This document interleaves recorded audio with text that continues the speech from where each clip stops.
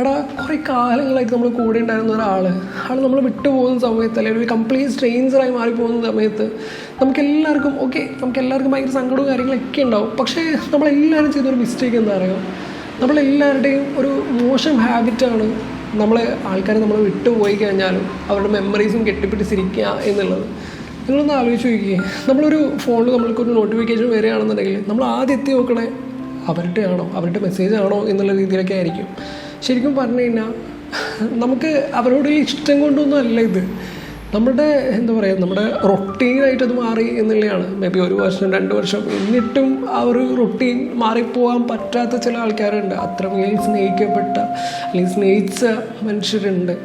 അപ്പോൾ അത് അവർ വിട്ടു പോകുന്ന സമയത്ത്, അല്ലെങ്കിൽ അവരുമായിട്ട് സംസാരിക്കുന്നതോ അവരുടെ പ്രസൻസൊക്കെ മിസ് ചെയ്യുന്ന സമയത്ത്, അവരുടെ അത്രയും ഡെയിലി റൊട്ടീൻ്റെ ഭാഗമായിരുന്ന ഒരാൾ നമ്മൾ വിട്ടു പോകുന്ന സമയത്ത് ഉണ്ടാകുന്ന ആ ഒരു എംപ്റ്റിനെസ്സാണ് ശരിക്കും പറഞ്ഞു കഴിഞ്ഞാൽ ഒരു പ്രശ്നം എന്നുള്ളത്. ശരിക്കും പറഞ്ഞു കഴിഞ്ഞാൽ നമുക്ക് അവരെയല്ല ശരിക്കും ഇഷ്ടം, അല്ലെങ്കിൽ അവരെയല്ല നമ്മൾ ആഗ്രഹിക്കുന്നതും നമുക്ക് വേണ്ടതൊന്നും. നമുക്ക് വേണ്ടത് ആ സമയത്തുണ്ടായിരുന്ന നമ്മളെയാണ്. ആ സമയത്ത് ചിലപ്പോൾ നമ്മൾ കുറച്ചധികം ഹാപ്പി ആയിട്ടുണ്ടാവും.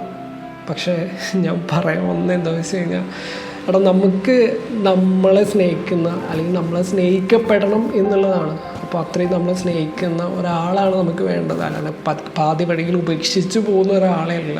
നമ്മളെ സ്നേഹിക്കുന്ന, നമ്മളെ മനസ്സിലാക്കുന്ന ഒരാൾ നമ്മുടെ അടുത്ത് എന്തായാലും എത്തും. Just be calm.